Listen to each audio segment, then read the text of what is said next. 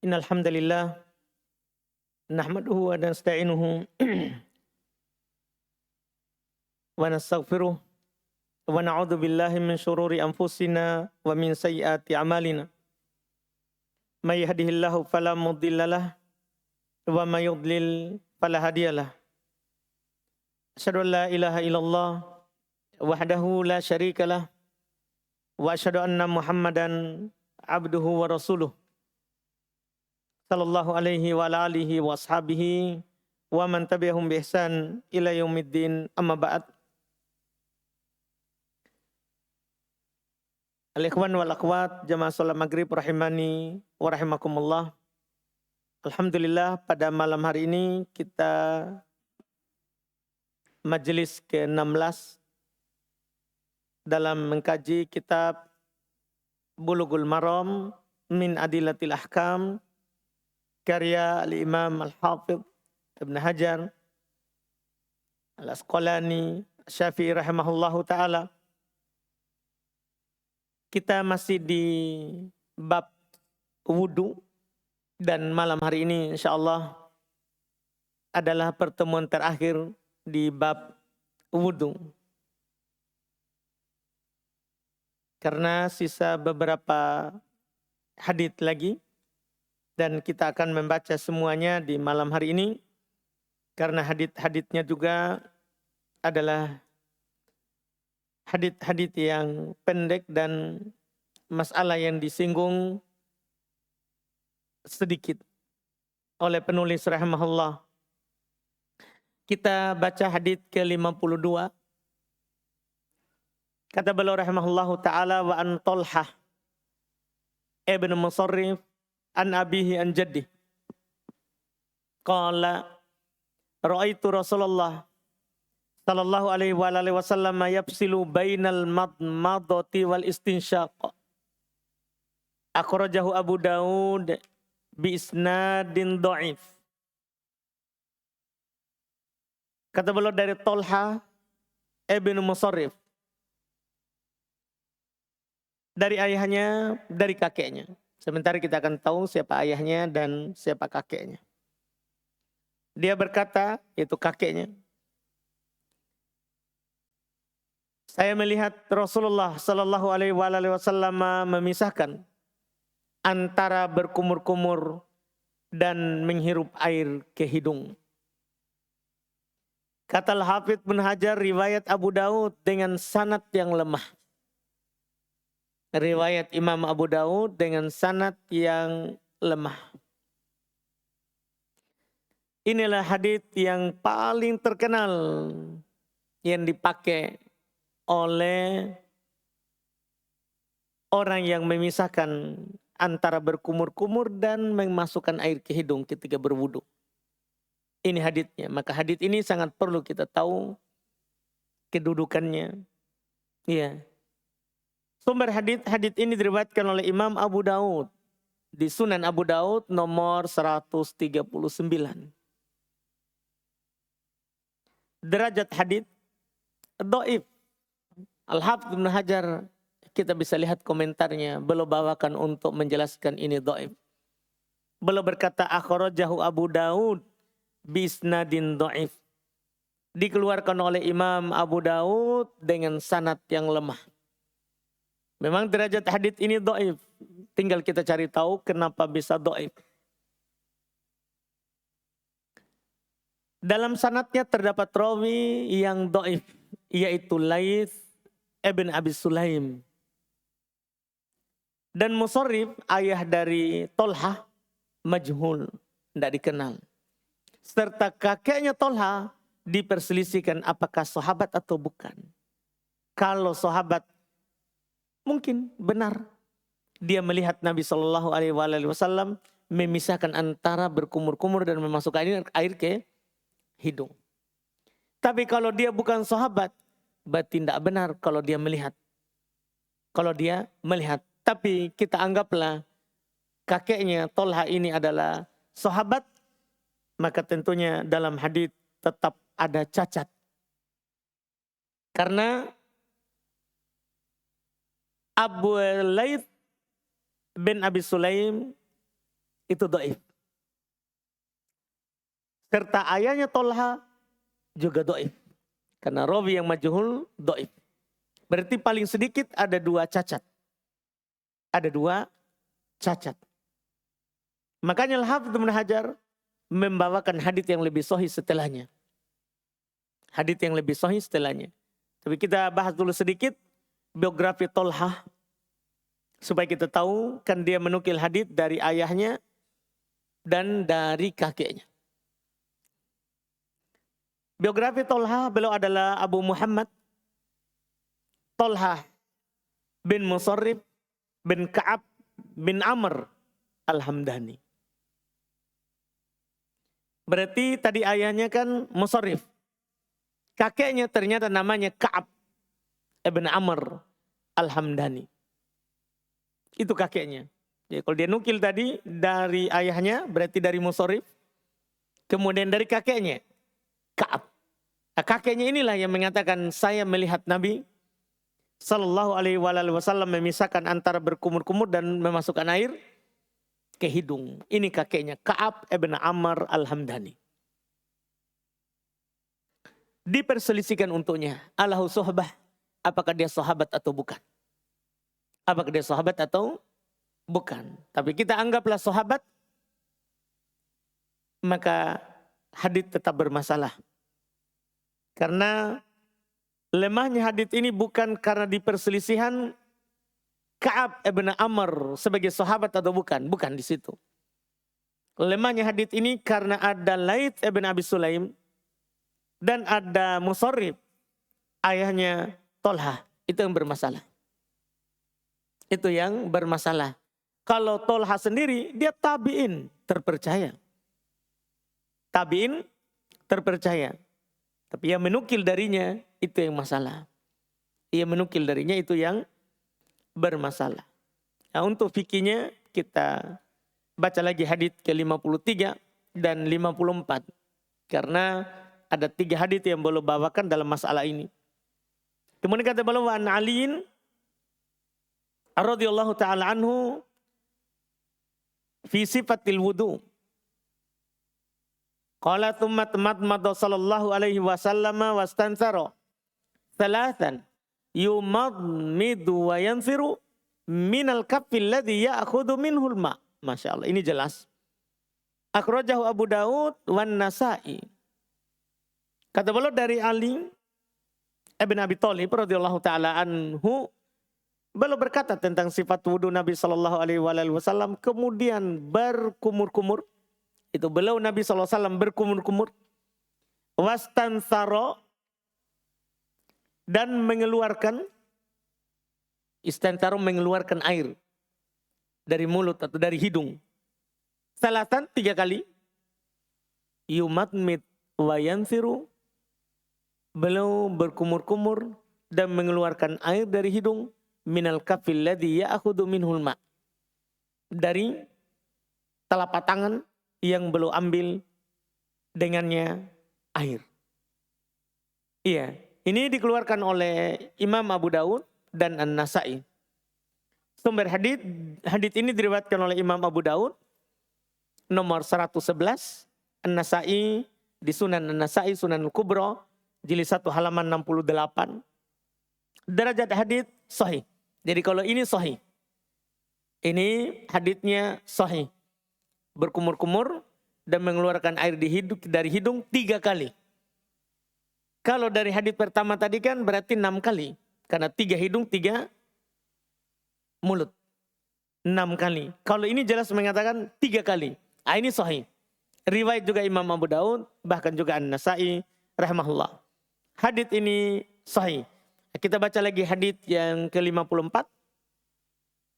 Iya. Dan hadits ini lebih jelas dan lebih sahih. Seandainya kita tidak punya hadits lain, maka hadits ke-54 ini sudah cukup. Tapi beliau bawakan hadits itu yang pertama untuk memberikan ilmu kepada kita bahwa itu hadits dhaif. Lebih bagus kita amalkan hadits yang ke-54 ini. Kata beliau an Abdullah bin Zaid radhiyallahu taala anhu qala fi sifatil wudu thumma adkhala sallallahu alaihi wasallam yadahu famadmad wastansyaqa min kaffin wahidatin yaf'alu dzalika salasan muttafaqun alaih. Kata beliau dari Abdullah bin Zaid radhiyallahu taala anhu, beliau berkata tentang cara wudu Nabi sallallahu alaihi wasallam. Kemudian beliau memasukkan tangannya itu ke air. Lalu beliau berkumur-kumur dan menghisap air melalui hidungnya dengan satu telapak tangan. Jadi tidak dipisah maksudnya. Tidak dipisah. Satu telapak tangan untuk mulut dan sekaligus untuk hidung. Dan beliau lakukan hal itu 3 kali. Nah, kata 3 kali juga ini penting karena seandainya pisah berarti 6 kali. Tapi ini untuk hidung dan mulut 3 kali. Itu pun dengan satu telapak tangan. Dengan satu telapak tangan. Sumber hadis ini diriwayatkan oleh Imam Al-Bukhari nomor 191 dan Imam Muslim nomor 235. Derajat tidak perlu kita ragukan, sahih. Iya. Adapun fikih hadis 3 hadis tadi ada 2 saja kandungan fikihnya. Pertama, sunnah.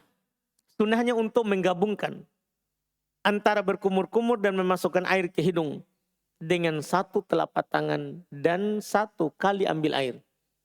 Jadi setiap untuk mulut dan hidung 1 telapak tangan dan 1 kali ambil air. Bukan 2 kali. Iya, bukan 2 kali. Iya. Ini jelas dalam hadis. Kenapa kita ambil yang ini? Fikih nomor 1 ini. Karena hadis pertama itu adalah hadis yang dhaif. Iya. Itu adalah hadis yang dhaif. Dan beliau telah bawakan hadis yang lebih sahih. Beliau telah bawakan kepada kita hadis yang lebih sahih. Ada juga sebenarnya dalam riwayat Imam Muslim dari Imam Al-Bukhari dari Ibnu Abbas yang belum tidak sebutkan di buku ini. Yaitu ketika Ibnu Abbas menjelaskan wudunya Nabi, beliau berkata, akhadha ghurfatan min ma'in famadmada biha wastansyaqa. Maka Nabi mengambil 1 ciduk air. Nabi mengambil 1 ciduk air, maka Nabi berkumur-kumur dan beristinsyak. Memasukkan air ke hidung dengan 1 kali ciduk air itu. Dengan 1 kali ciduk air itu. Iya. Ini yang disebutkan oleh para ulama. Dan ini merupakan nas jelas dari Imam Syafi'i rahimahullahu ta'ala dan juga pengikutnya. Ini juga yang masyhur dalam madhab Hanabilah. Yang mengatakan tidak dipisah antara hidung dan mulut. Inilah pendapat Imam Syafi'i rahimahullahu ta'ala. Iya, pendapat dari Imam Syafi'i. Sementara orang-orang Hanafiyah dan sebagian Malikiyah lah yang berpendapat itu dipisah. Yang berpendapat itu dipisah. Dan kita sudah tahu haditsnya tadi. Bahwa hadits yang dipakai dalam masalah memisahkan kumur-kumur dan memasukkan air ke hidung dengan air yang berbeda, itu adalah hadits yang dhaif. Di riwayat Imam Abu Daud dengan sanad Laits ibn Abi Sulaim, dia nukil dari Tolhah. Tolhah nukil dari ayahnya Musarrif, ayahnya menukil dari kakeknya ya Ka'ab ibn Amr, ya, dan dia diperselisihkan akan ya sahabat atau bukannya. Yang jelas sebenarnya walaupun kita anggap sahih, tapi itu menyelisih hadits yang lebih sahih. Karena dia selisih hadits yang diriwayatkan Bukhari Muslim. Dalam masalah ya memilih amalan ketika ta'arud, ketika ada 2 dalil yang saling bertentangan dan sama-sama sahih. Ini kalau sama-sama sahih. Kalau satu sahih, satu dhaif, hadis dhaif dibuang. hadis dhaif dibuang. Tapi kalau kita menganggap bahwa anggaplah hadis ini kita mau pertahankan sahih, maka dalam beramal ketika ada bertentangan, karena Bukhari atau Muslim saja semua mengatakan satu telapak tangan untuk mulut dan hidung. Sementara dalam riwayat Imam Abu Daud yang tidak mempersyaratkan kesohihan untuk dimasukkan dalam sunannya. Kan kalau Bukhari Muslim syaratnya harus semua hadis sahih yang masuk di dalam sahihnya. Apalagi Imam Bukhari lebih ketat syaratnya daripada Imam Muslim. Karena Imam Bukhari mempersyaratkan bahwa setiap guru yang menukil dari guru sebelumnya itu harus pernah ketemu. Harus pernah ketemu. Tidak cukup semasa. Tidak cukup satu generasi begitu. Baku dapat hidup dan matinya. Tidak cukup. Harus pernah ketemu. Itu kalau Imam Bukhari. Imam Muslim lebih rendah sedikit. Belum mempersyaratkan yang penting semasa. Gurunya hidup, ini murid juga hidup. Adapun kalau tidak semasa, gurunya meninggal baru ini murid baru lahir. Tidak akan ada dalam Sahih Muslim. Tidak akan ada dalam Sahih Muslim. Jadi ini Bukhari Muslim sudah dia teliti begitu. Hanya hadits yang sahih yang gurunya pernah ketemu atau paling tidak semasa. Sementara selain Bukhari Muslim tidak mempersyaratkan itu. Dalam Ahmad tidak mempersyaratkan harus sahih dalam musnadnya. Abu Daud tidak mempersyaratkan harus sahih dalam Sunan Abu Daud. An-Nasai tidak mempersyaratkan harus sahih dalam Sunan An-Nasai. Nasai punya dua sunan, Sunan Sugro, Sunan Kubro. Demikian pula Imam At-Tirmidzi tidak mempersyaratkan. Al-Imam Ibnu Majah tidak mempersyaratkan harus sahih. Cuman mereka komentari di belakang. Imam Abu Daud kalau dia diam berarti sahih menurutnya. Kalau dia komentari berarti masalah. Imam Tirmidzi penuh dengan komentarnya. Penuh dengan komentarnya. Jadi mereka tidak mempersyaratkan sahih, tapi dia komentari. Ini dhaif, ini sahih. Ini dhaif, ini sahih. Nah, seperti ini. Anggaplah kita sahihkan ini hadis yang memisahkan antara kumur-kumur dan memasukkan air ke hidung. Maka di sana ada namanya cara yang akan kita tempuh ketika ada terjadi pertentangan antara dalil. Ketika ada dua dalil saling bertentangan. Satunya bilang seperti ini, satunya katakan seperti ini. Sama-sama sahih. Maka ada 4 langkah yang harus kita tempuh. Yang mana 4 langkah ini, 1 langkah tidak bisa baru kita bisa turun ke langkah berikutnya. Ini diatur dalam ilmu cara berdalil. Cara berdalil. Langkah pertama, al-jam'u in amkana. Kita kompromikan kalau bisa. Kalau bisa dikompromikan, ini yang wajib kita lakukan. Karena asal daripada dalil syar'i tidak akan pernah bertentangan. Tidak akan pernah bertentangan. Jadi kalau ada yang menurut kita bertentangan, kan bertentangan itu menurut kita. Kita yang kurang belajar, kita yang kurang kaji, kita yang kurang tahu. Karena syariat tidak mungkin bertentangan. Karena sumbernya satu. Allah saja. Sumber ini syariat. Yang mengatakan bertentangan kita ini. Yang mengkajinya, yang kurang ilmu. Maka kita telah diatur. Apa yang harus saya lakukan kalau bertentangan? Cara pertama, kompromikan. Kalau bisa. Kalau bisa. Saya contohkan, ini contoh dari Imam Syafi'i rahimahullah ta'ala. Ada hadis sama-sama sahih. Tapi bertentangan maknanya menurut kita. Maka Imam Syafi'i rahimahullah ta'ala mengatakan kita coba tempuh jalur kompromi. Ada hadis dalam masalah penyakit menular atau tidak. Penyakit itu bisa nggak menular ke orang lain atau tidak. Kalau kita sakit, orang yang dekat dengan kita bisa nggak sakit juga. Maka dalam hal ini ada 2 hadis yang saling bertentangan. Yang saling bertentangan maknanya dan sama-sama sahih. Satu hadis mengatakan bahwa Nabi SAW bersabda, firra minal majdum, firoroka minal asad. Kamu larilah menghindar dari penyakit kusta seperti kamu lari dari singa. Artinya jangan kamu dekat. Disuruh lari karena menular. Menular. Iya. Ini hadits pertama. Sehingga ada ulama yang berpendapat bahwa penyakit itu bisa menular. Karena kita disuruh lari. Dan ini juga sesuai dengan kajian dokter. Dokter kan juga bilang bahwa penyakit itu bisa menular. Kalau kita flu jangan dekat dengan orang flu. Iya. Nanti menular flunya.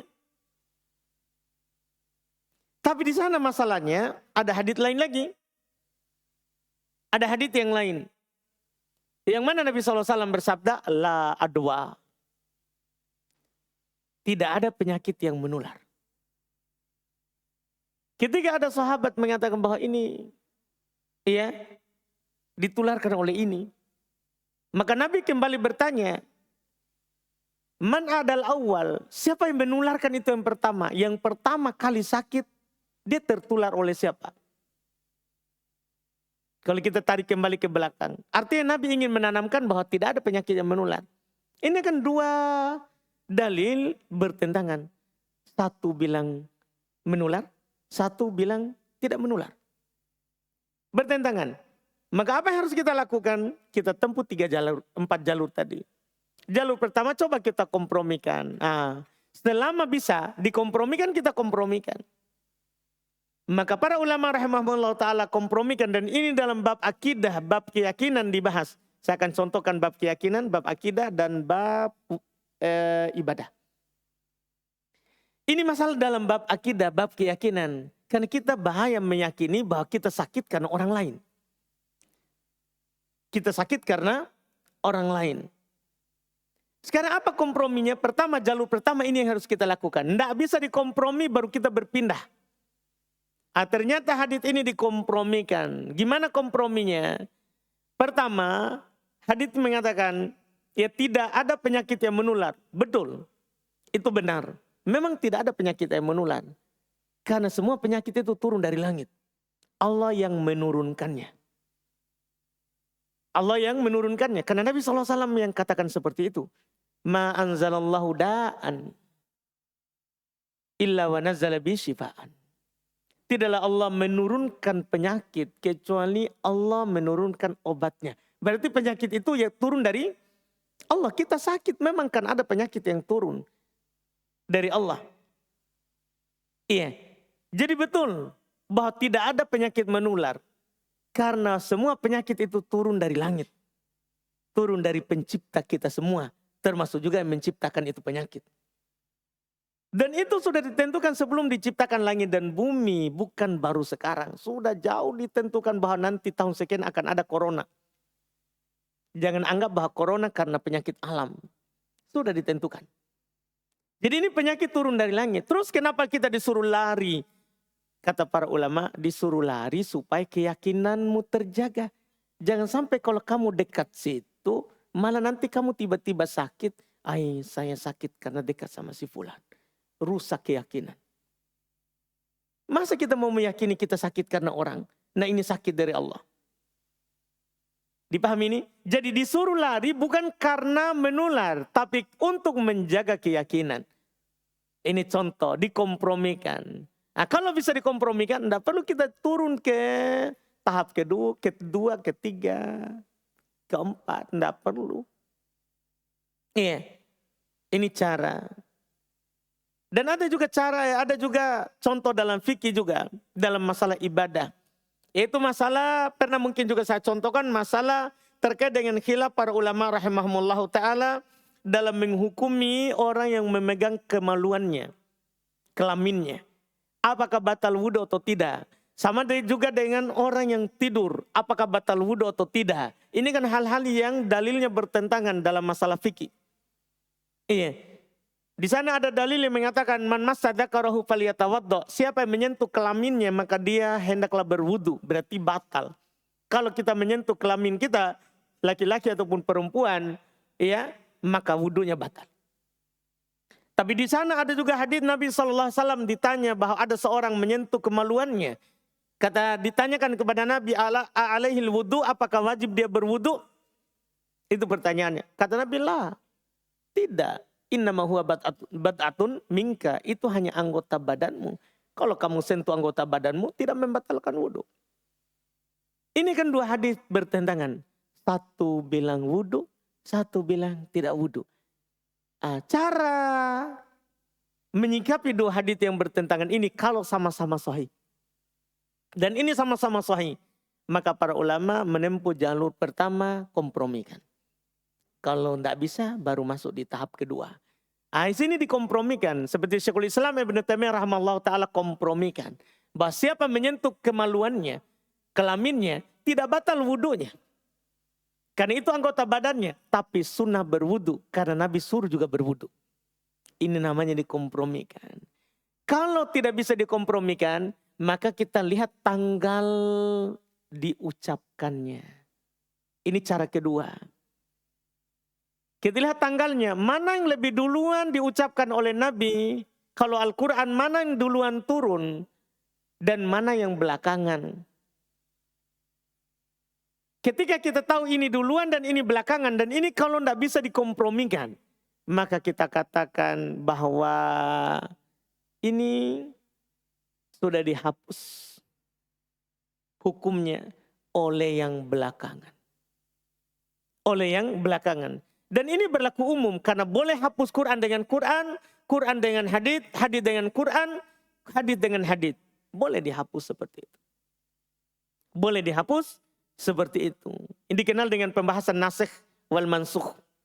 Ada yang menghapus dan ada yang dihapus.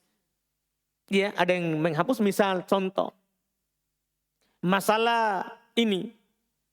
Ada dua kejadian bahwa ada nas yang mengatakan bahwa 10 kali menyusui baru jadi mahram. Tapi di sana juga ada nas yang mengatakan 5 kali jadi mahram. 5 kali menyusui jadi mahram. Ternyata kita dapat keterangan dari Aisyah. Beliau berkata adalah dulu yang diturunkan dalam Al-Quran 10 kali itu menjadikan mahram. Setelah itu dihapus menjadi 5 kali sudah menjadi mahram. Ini namanya ditahu mana yang duluan mana belakangan. Sama dengan masalah ziarah kubur. Awal syariat, awal Islam dilarang ziarah kubur. Dilarang. Setelah itu dihapus oleh Nabi SAW. Beliau berkata, kuntu nahitukum an ziaratil kubur fazuruha fa innaha tudzakirukumul akhirah. Dulu saya larang dari kalian dari ziarah kubur, sekarang ziarah kubur. Itu mengingatkan kalian dari kematian. Ini kan ada namanya nasikh dan mansukh. Kita tempuh jalur ini kalau tidak bisa dikompromikan. Oh dulu dilarang, sekarang dibolehkan. Berarti yang dulu itu dihapus dengan yang sekarang. Tapi syaratnya yang menghapus itu harus di zamannya Nabi. Tidak boleh itu di kejadian sahabat menghapus. Karena sudah lewat masa turunnya wahyu. Masa turunnya wahyu. Karena selama masih di masa kenabian, masa turunnya wahyu, berarti hal itu adalah boleh dilakukan. Kalau tidak dilarang. Kalau dilarang berarti tidak boleh dilakukan. Kalau tidak dilarang berarti boleh dilakukan. Kalau dilarang berarti tidak boleh dilakukan. Selama dalam masa turunnya wahyu. Iya, selama dalam masa turunnya wahyu. Sama dengan masalah ini yang ada di hadapan kita. Ini harus kita pahami baik-baik. Anggaplah sahih. Anggaplah sahih dua-dua. Maka pertama kita kompromikan. Kalau bisa. Bisa nggak kita kompromikan? Gimana cara kompromikannya antara memisahkan dan disatukan? Kan nggak bisa kita kompromikan. Mana yang duluan? Mana yang duluan? Kita juga tidak tahu mana yang duluan. Mana yang duluan?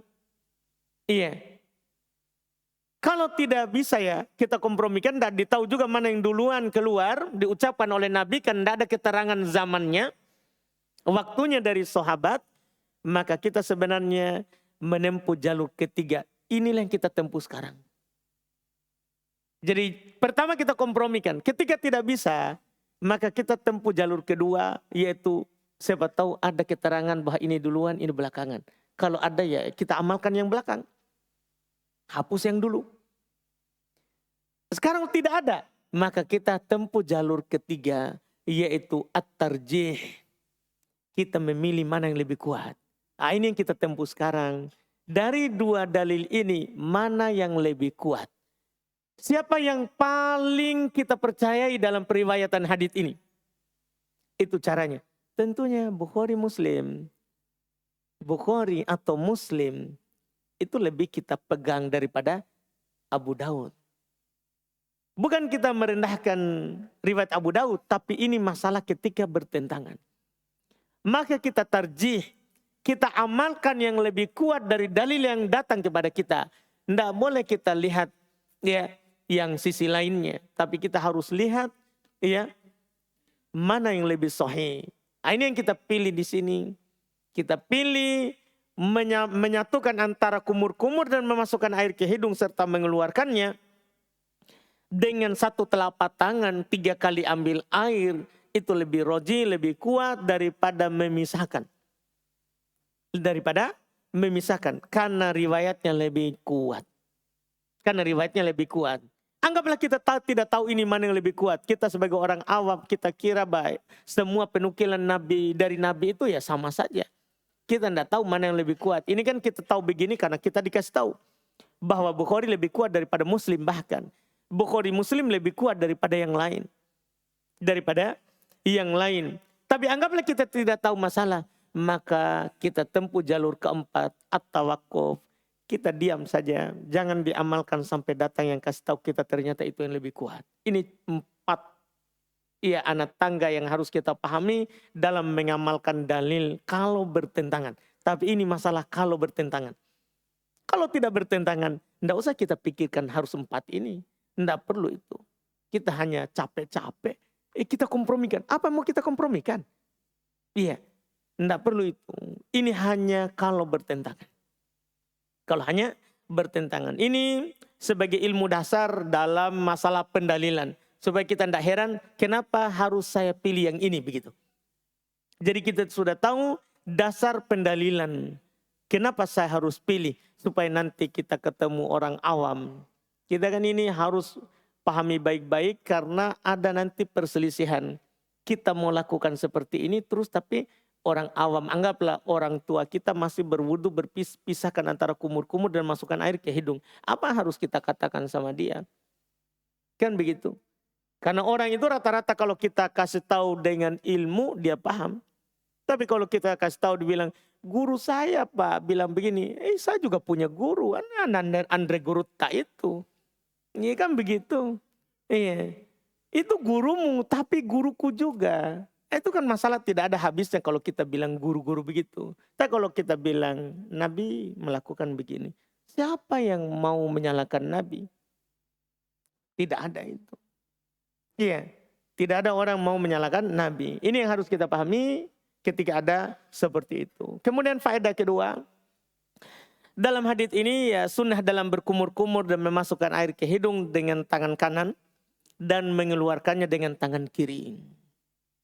Iya, sunnah seperti itu.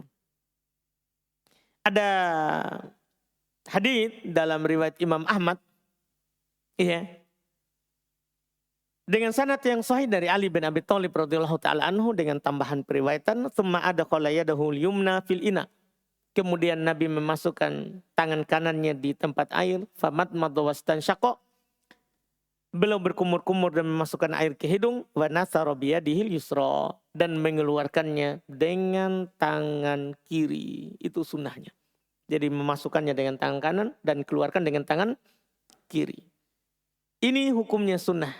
Kalau ada orang yang mengeluarkannya tanpa bantuan tangan, tidak masalah. Dia masukkan air cuma langsung semprot begitu keluar dari hidung dan mulut. Tidak masalah. Cuman Imam Malik rahimahullah ta'ala agak keras dalam masalah ini. Beliau katakan itu menyerupai kuda. Kuda kalau minum dia langsung semprot saja dari hidung dan mulut. Kalau masuk air. Itu kata Imam Malik rahimahullah ta'ala. Iya. Tapi kalau kita melakukan seperti yang disebutkan dalam hadits riwayat Imam Ahmad tadi. Lebih bagus. Lebih bagus. Kita masukkan dengan tangan kanan dan keluarkan dengan tangan kiri. Iya, tapi siapa yang memasukkan dan mengeluarkannya dengan tangan kanan, tidak ada masalah juga. Iya, tidak ada masalah juga. Karena ini hukumnya adalah sunnah. Hukumnya sunnah. Kemudian hadits berikutnya. Kata beliau, hadits 55. Wan Anas radhiyallahu taala anhu qala ra'an nabiyyu sallallahu alaihi wasallam rajulan fi qadamihi mithlu dhufri lam yusibhul ma. Faqala irji fa ahsin wudu'ak. Akhrajahu Abu Daud wan Nasa'i.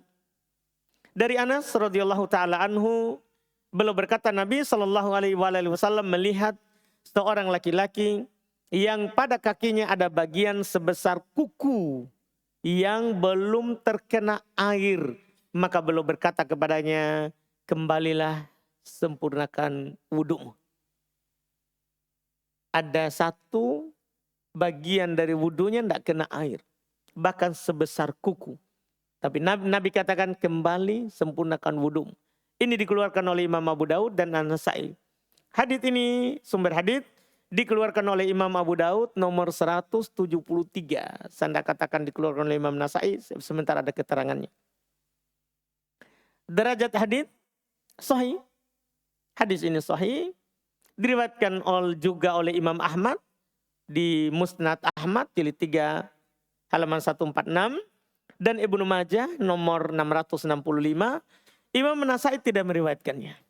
Jadi beliau bilang kan riwayat Imam Abu Daud dan An-Nasa'i, tapi tidak ada dalam Sunan An-Nasa'i. Imam Nasa'i tidak meriwayatkan hadits ini. Imam Muslim meriwayatkannya, tapi dari Umar ibn Khattab. Ada dalam riwayat Muslim ini hadits, tapi dari Umar ibn Khattab. Yang beliau sebutkan ini kan dari Anas. Dari Anas, ini riwayat Abu Daud yang beliau sebutkan. Dan An-Nasa'i. Tapi yang benarnya An-Nasa'i tidak meriwayatkannya. Yang ada malah ini riwayat Imam Ahmad dan juga Imam Ibnu Majah.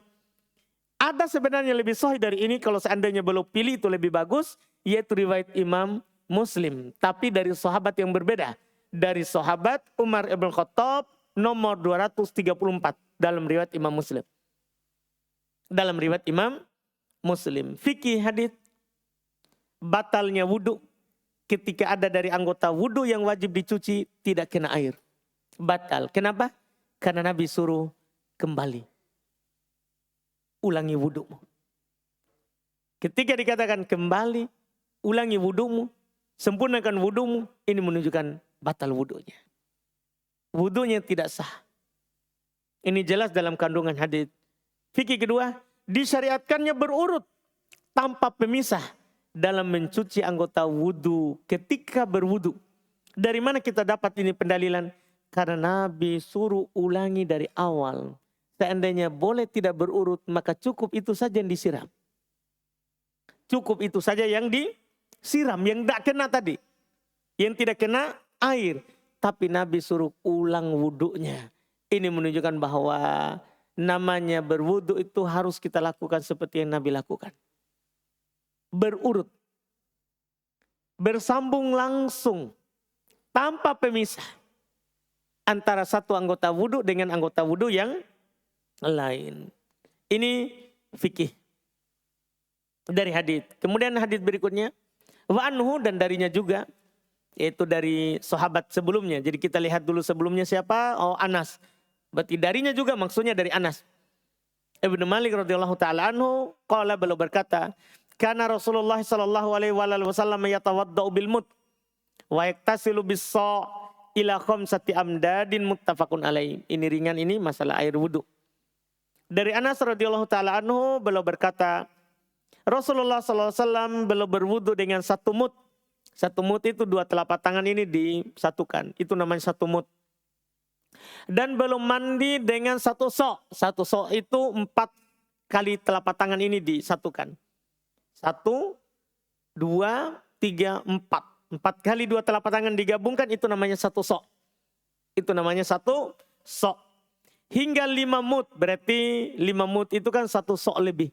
Satu sok, satu mut. Satu sok, satu mut. Ini muttafaqun alaihi. Kenapa beliau bawakan hadits ini di penutup wudu sebelum doa wudu? Beliau ingin menerangkan apakah ada batasan air dalam berwudu. Sumber hadits dulu. Hadits ini diriwayatkan oleh Imam Al-Bukhari 201, Imam Muslim 325.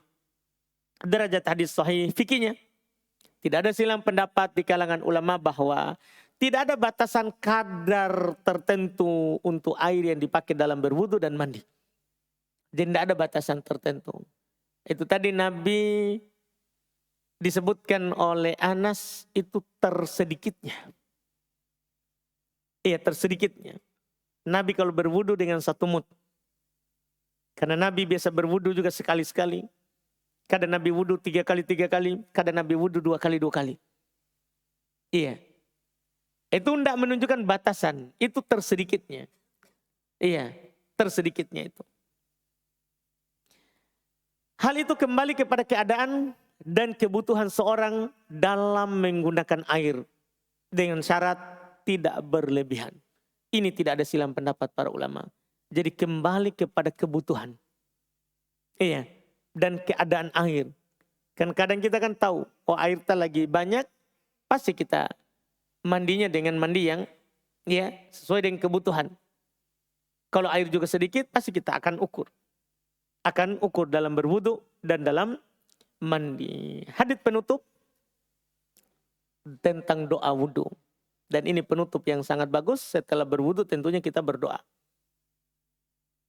Kata beliau an Umar radhiyallahu taala anhu qala Rasulullah sallallahu alaihi wasallam ma minkum min ahadin yatawaddau fayusbigul wudu. Thumma yaqulu asyhadu an la ilaha illallah wahdahu la syarikalah wa asyhadu anna Muhammadan abduhu wa rasuluh illa futihat lahu abwabul jannati tsamaniyati yadkhulu min ayyiha sya'a. Akhrajahu Muslim wal Tirmidzi wa zada Allahumma ja'alni minat tawwabin wa ja'alni minal mutatahhirin. Kata beliau dari Umar radhiyallahu taala anhu berkata, Rasulullah sallallahu alaihi wasallam bersabda, tiada seorang pun di antara kamu yang berwudu dengan sempurna. Jadi itu syaratnya, ma minkum min ahadin, tidak ada seorang pun dari kalian berwudu. Fayusbigul wudu. Kemudian dia sempurnakan wudunya, itu dia, wudu sempurna. Itu syaratnya. Kemudian dia berdoa, asyhadu an la ilaha illallah wahdahu la syarikalah wa asyhadu anna Muhammadan abduhu wa rasuluhu. Sampai situ. Itu dia baca.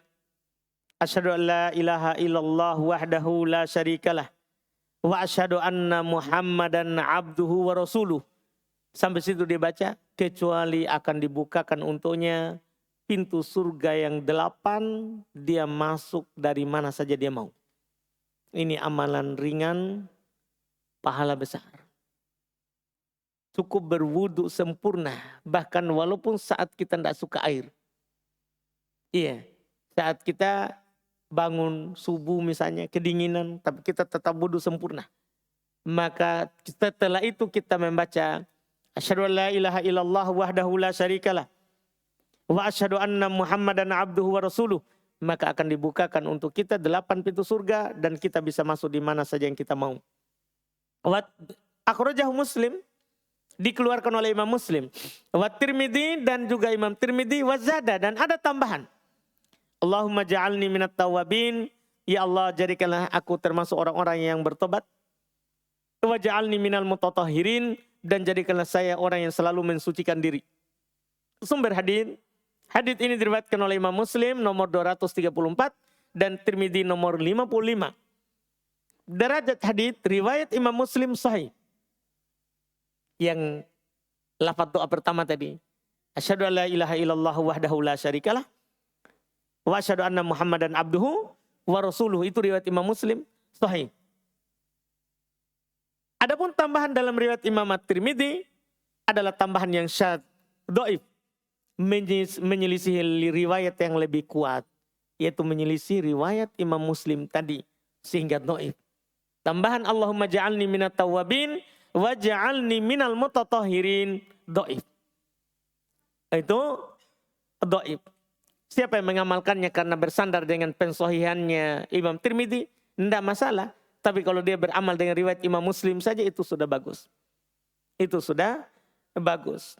Fikih hadits, sunnah dan utamanya berdoa dengan doa yang disebutkan dalam hadits setelah berwudu.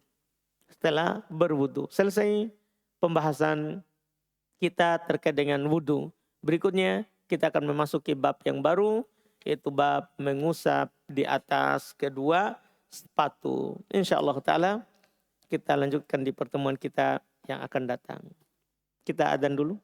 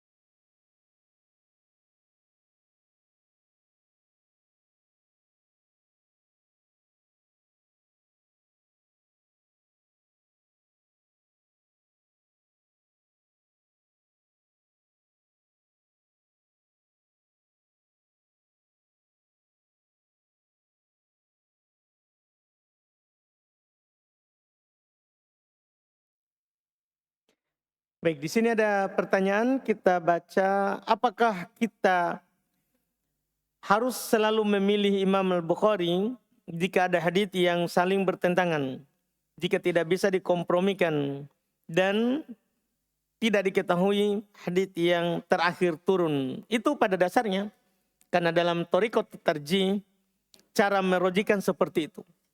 Walaupun tidak selamanya seperti itu. Iya, karena kadang bertentangan itu adalah, kadang ada lafaz jelas dan ada lafaz yang tidak terlalu jelas.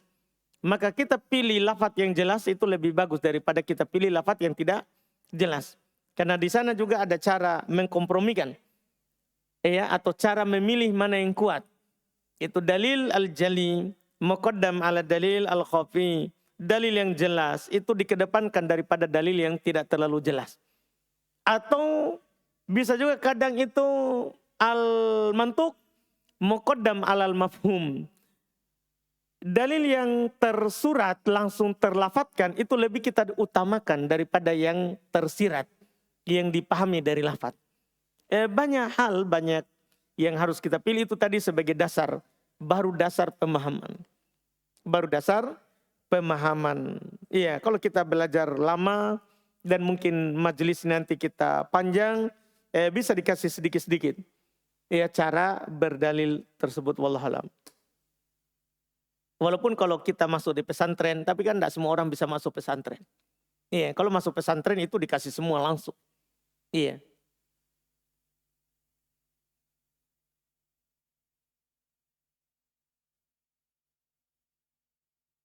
Seperti kita ketahui bersama, haji itu ada 3 macam.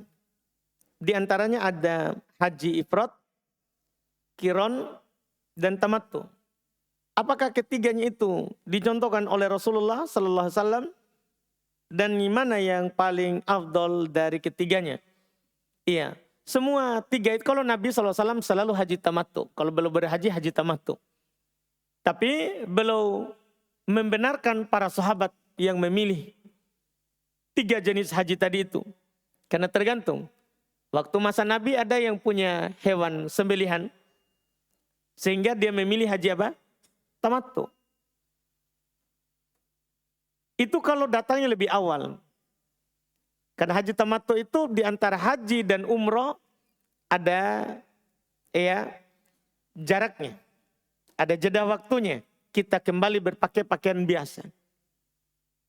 Kalau kita datangnya misalnya lebih dekat dari musim haji, maka kalau kita punya hewan cukup kemampuan untuk memotong hewan kurban di tanah haram, maka kita dianjurkan untuk haji kiron. Haji kiron itu haji yang digandengkan dengan umroh tanpa jarak, tanpa ada di tengahnya. Kalau tidak bisa sama sekali, kita datangnya adalah sampai ke Mekah adalah sebelum tanggal 8 atau pas tanggal 8 langsung kita masuk Mina. Langsung masuk Mina, maka di sini kita haji ifrad. Haji ifrad. Apalagi kalau kita tidak bawa hewan dan kita tidak mampu beli hewan untuk dikorbankan di tanah haram, maka kita haji ifrad. Haji ifrad. Jadi tergantung kemudahan saja. Adapun ditanya mana yang lebih utama, tentunya haji tamattu. Itu lebih utama daripada yang lainnya. Karena 1 kali perjalanan kita melakukan 2 ibadah. Ibadah umroh sekaligus ibadah haji.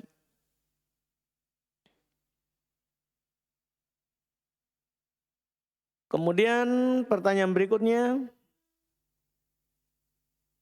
Bagaimana hukum berziarah kubur bagi perempuan?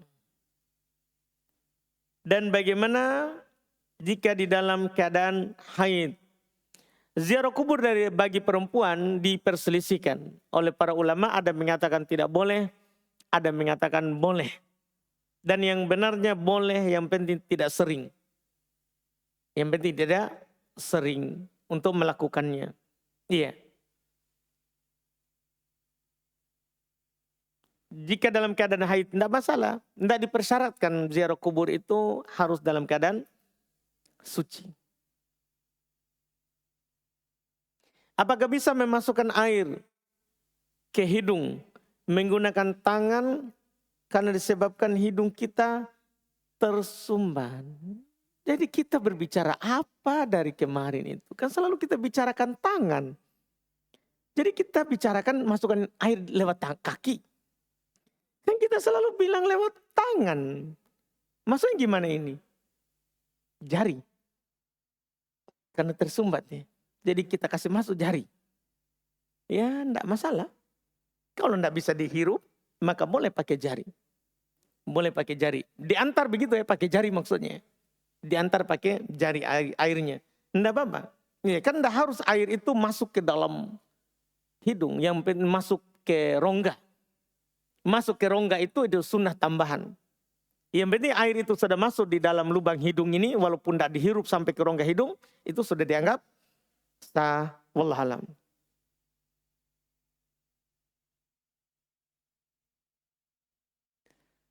Berikutnya lagi, Masya Allah. Istri saya sedang hamil dan tidak berpuasa di bulan Ramadan.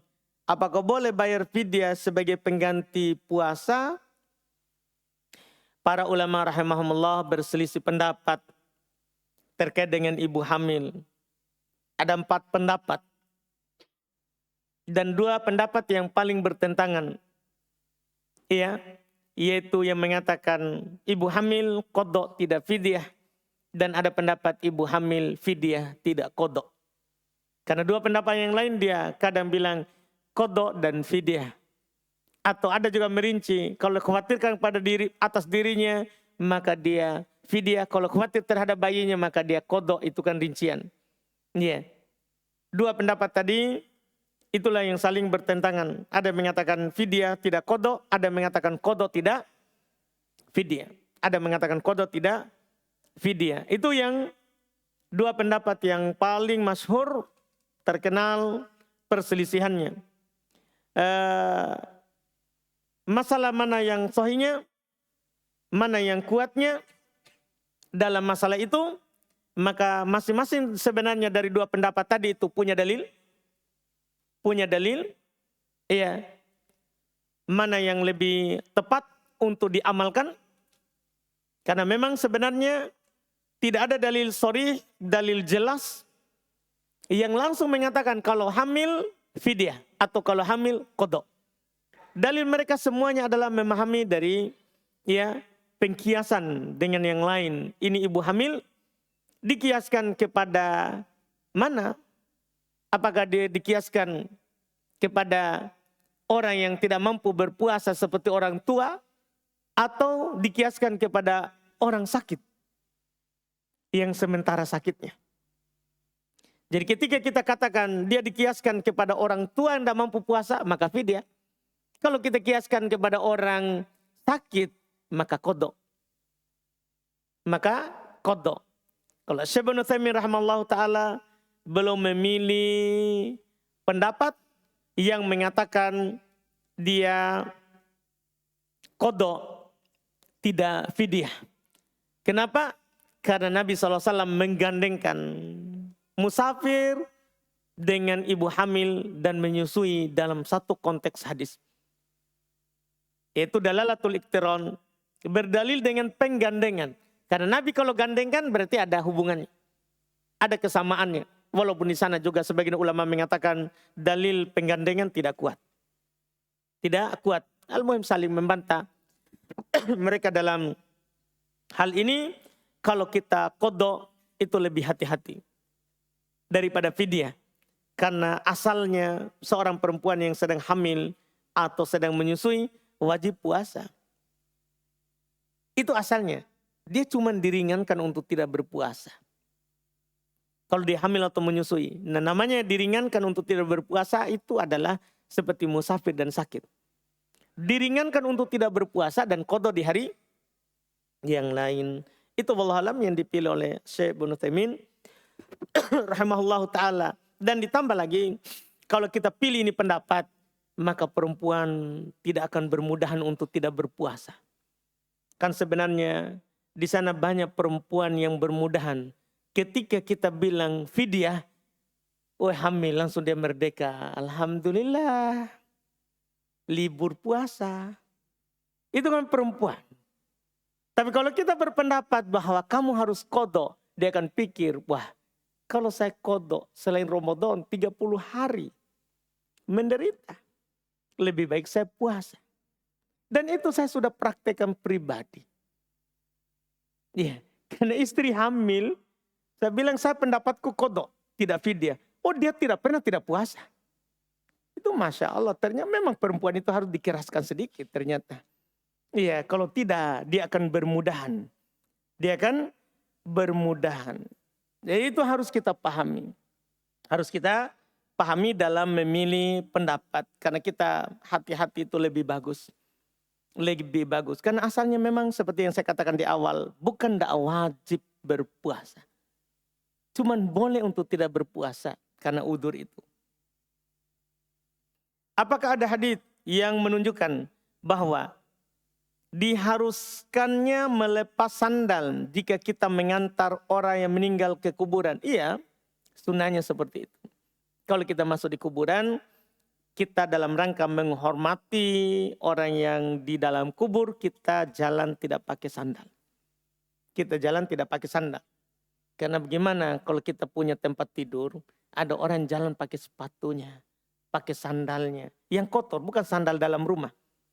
Gimana menurut kita? Karena kata Nabi SAW, kasru admil mayit ka kasrihi hayya. Mematahkan tulang mayat itu sama dengan mematahkannya saat dia hidup. Sama. Jadi kita menginjak tempat tinggalnya orang meninggal sama dengan kita menginjak tempat tinggalnya saat dia hidup. Itu sama hukumnya.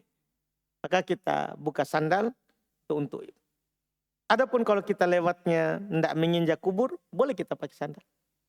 Boleh kita pakai sandal. Apakah sama kaifiatnya mengusap kepala dengan mengusap imamah, Ustaz? Iya, sama. Cuman bedanya kan seperti yang kita sebutkan sebelumnya, bahwa mengusap imamah itu ya tidak harus seluruh tangan itu basah sampai habis mengusap imamahnya. Karena tidak mungkin. Karena kita tahu bersama imamah kain itu akan menghilangkan air dari tangan kita ketika kita mengusapnya. Ketika kita mengusapnya. Itu wallahualam. Apa Ustaz, apa hukumnya wudhu tapi dalam keadaan junub? Boleh. Boleh berwudhu dalam keadaan junub. Kan yang tidak boleh sholat, bukan wudhu.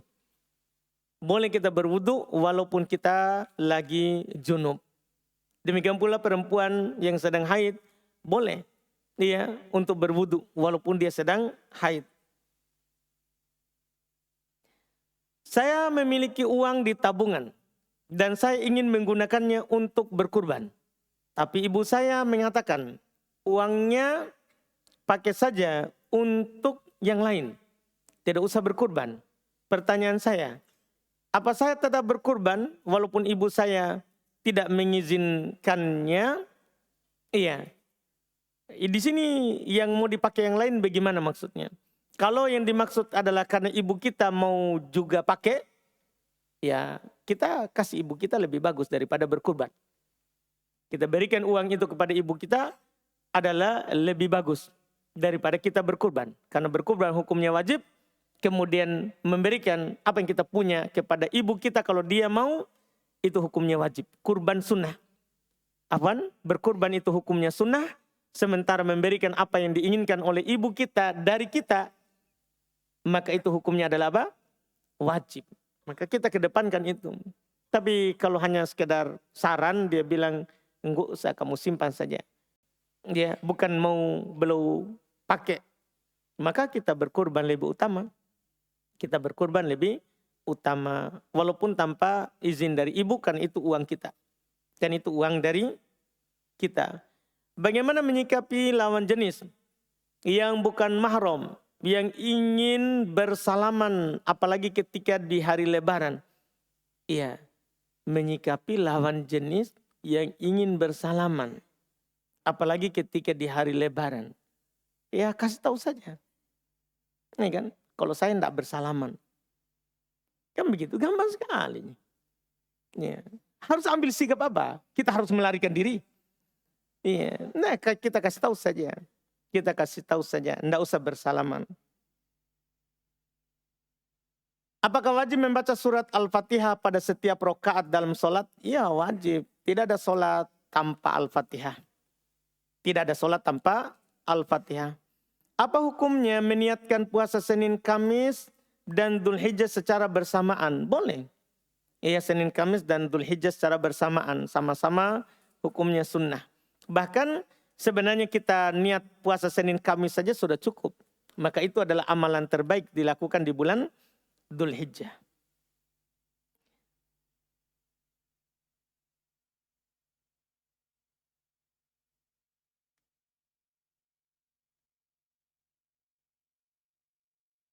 Bagaimana cara meniatkan? Meniatkan ketika kita ingin bersedekah atas nama keluarga kita meninggal. Dan apakah kita mendapatkan pahala dari sedekah tersebut? Iya, kalau kita mendapat pahala jelas itu. Bagi kita pahala. Dan bagi orang yang meninggal itu juga pahala. Karena sepakat para ulama bersedekah atas nama orang yang telah meninggal, itu sampai kepada orang yang telah meninggal. Kita juga yang mengeluarkannya dapat pahala. Apakah kami para laki-laki, para lelaki memiliki tanggung jawab terhadap saudara kami di dunia dan di akhirat? Di dunia saja. Ya, punya tanggung jawab. Ya, punya tanggung jawab hak sebagai saudara, kita menasehatinya. Ya, kita ya mengingatkannya kalau dia salah.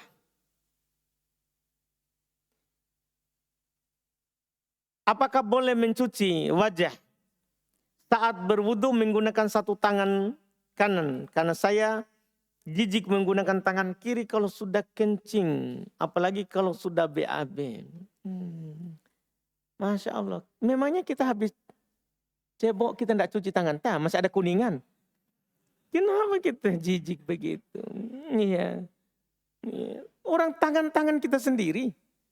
Kita pergi jijik. Nah kotoran juga kotoran kita sendiri. Masa kita pergi jijik? Nah kita sentuh saja, kita sentuh. Iya kan? Pergi jijik. Kalau begitu, enggak usah kita cebok. Pakai tangan tak. Kan kita jijik. Iya. Nah kalau kita sudah cuci, itu sudah bersih. Bahkan kalau kita cium, masih ada baunya. Itu tidak masalah. Iya. Karena tidak masalah baunya, tidak masalah bekasnya itu. Kalau kita sudah cuci. Kalau kita sudah cuci, sudah hilang najisnya, itu sudah tidak berbahaya bekasnya. Ya. Maka kita berwudu saja dengan, ya kalau mencuci tangan, mencuci wajah dengan 2 telapak tangan, itu kita lakukan saja. Walaupun boleh dengan 1 telapak tangan. Cuman karena kata jijik ini enggak. Ya. Alhamdulillah enggak disarankan tersebut. Jangan sampai kita bilang jijik tapi itu was-was. Karena kadang orang bilang jijik tapi sebenarnya itu dia punya was-was yang tinggi. Jangan sampai ini masih ada najis. Sehingga dia tidak pakai. Kadang seperti itu. Orang tidak pakai karena was-was. Ya di sana. Kalau itu kita turuti bahaya nanti. Di sana gara-gara seperti itu asalnya ringan. Akhirnya saat dia kencing dia urut kemaluannya. Kan kenapa? Jangan sampai masih ada di dalam. Atau kadang dia masukkan jarinya di lubang pantatnya. Jangan sampai masih ada kuningan di dalam. Itu gak begitu, setan kan pintar. Jadi ini harus dipahami, jangan sampai kita bilang jijik tapi sebenarnya was-wasnya yang tinggi. Makanya Nabi menutup itu dengan mengatakan bahwa tidak masalah najis itu kalau masih ada baunya atau bekas warnanya, yang penting sudah dicuci. Yang penting sudah dicuci. Bagaimana hukum orang yang tidak mau berteman dengan yang perkataannya selalu jelek, seperti menyakiti hati orang, dan kalau kelakuannya suka mendolimi orang atau mengganggunya? Hukum tidak mau berteman. Nah kalau kita nasihati, lebih bagus kita sampaikan kepadanya, tidak boleh kata-kata begitu. Ya, itu kalau di posisi bergaul sama orang begini, kita ngomong seperti itu tidak bagus. Kita nasihati lebih bagus daripada kita tidak berteman dengannya. Siapa tahu dia bisa berubah. Dia bisa saja tadi anggap itu hal biasa, ternyata itu hal yang tidak bagus misalnya. Tapi dia tidak tahu. Maka lebih baik kita kasih tahu. Iya. Daripada kita langsung menjauhinya. Bagaimana hukum berbekam di 10 awal Dzulhijjah? Ketika kita sakit, merasa butuh dibekam. Tidak apa-apa kan? Bekam itu mubah. Iya, boleh. Itu termasuk ya pengobatan yang diizinkan dalam syariat. Diizinkan dalam syariat. Iya, yang dibolehkan. Mau 10 Dzulhijjah, tidak ada dalil larangan. Tidak ada dalil larangan.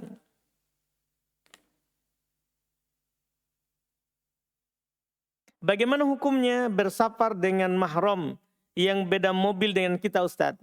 Namun masih satu rombongan, satu iringan. Apakah boleh Ustadz? Boleh.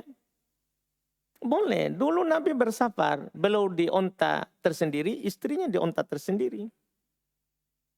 Jadi tidak harus berboncengan atau satu mobil baru dikatakan bersafar dengan mahram. Yang penting satu rombongan itu dianggap bersafar dengan mahram. Boleh. Apakah saudara susuan ayah boleh ditemani safar, saudara susuan ayah. Saudara. Jadi ayahnya ya punya saudara susuan.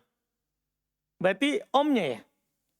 Om dari saudara persusuan. Boleh, mahram. Mahram. Yang jelas teorinya itu kaidahnya. Apa yang mahram dengan nasab, maka mahram dengan susuan. Sama. Misalnya saudara ayah kita, mahram atau bukan? Saudara ayah kita, mahram atau bukan? Mahram. Maka saudara susuannya ayah, mahram. Saudara sepersusuannya ayah, mahram. Bagaimana cara menjamak atau mengqashar sholat ketika safar selama 5 hari? Misal ada seorang yang sekarang telah bermukim di Makassar dan dia mudik ke kampung halaman. Caranya mudah sekali. Kan jamak qashar.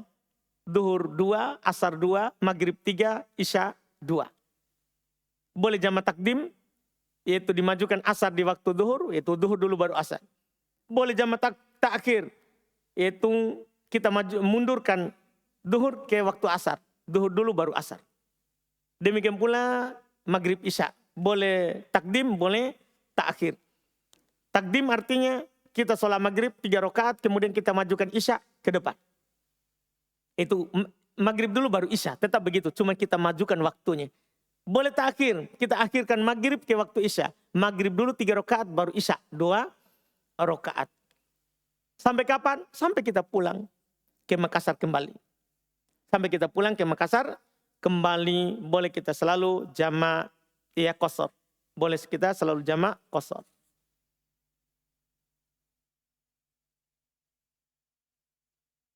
Mau bertanya Ustadz, apakah saya berdosa meninggalkan suami dan meminta cerai?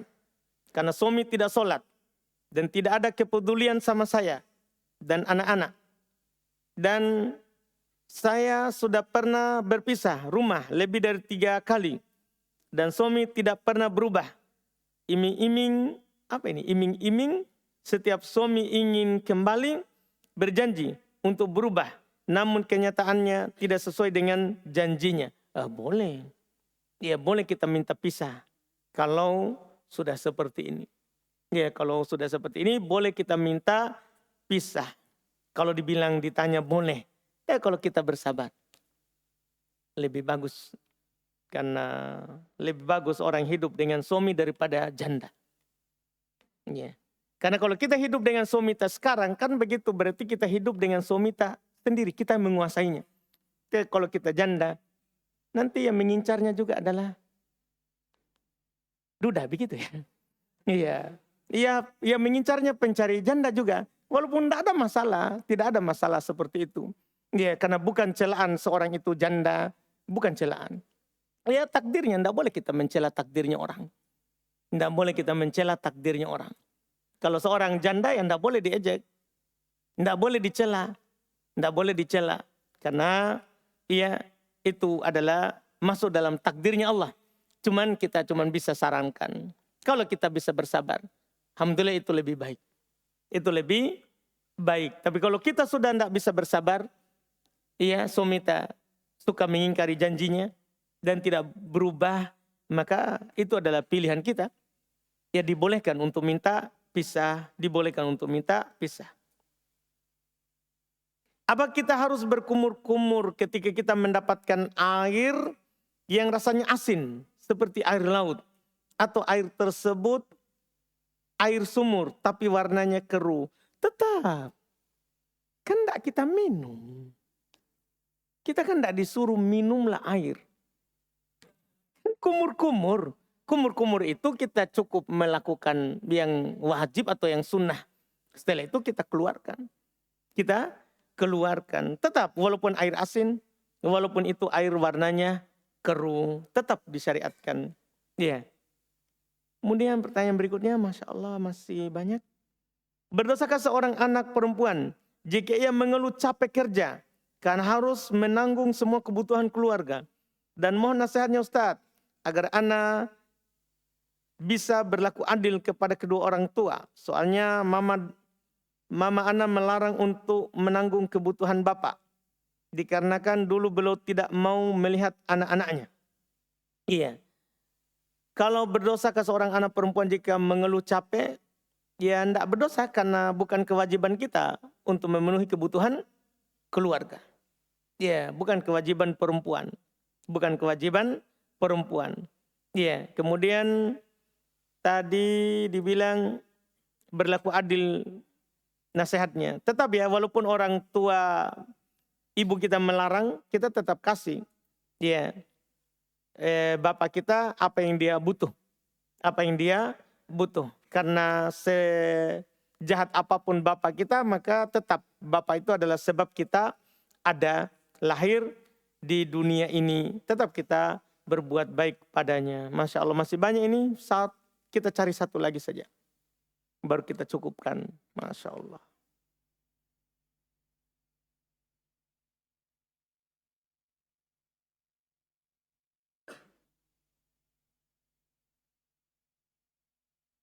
Mana yang pendek-pendek sedikit ya? Ini mungkin ya. Apakah batal wudhu ketika cebok anak-anak? Tidak. Ketika seorang ibu mencebok anaknya, tidak batal wudhunya. Tidak batal wudhunya. Karena pembatal wudhu itu adalah apa yang keluar dari seorang. Apa yang keluar dari seorang itu pun dipersyaratkan yang keluar itu di jalur bawah, depan dan belakang. Adapun keluar dari seorang tapi bukan dari jalur di bawah, maka tidak membatalkan wudhu. Tidak membatalkan wudhu. Itu wallahu alam. Kita cukupkan, alhamdulillah. Iya, masih banyak sekali, masih ada lebih dari setengah ini pertanyaan. Semoga bermanfaat. Subhanakallahumma wa bihamdik, asyhadu an la ilaha illa anta astaghfiruka wa atubu ilaik. Assalamualaikum warahmatullahi wabarakatuh.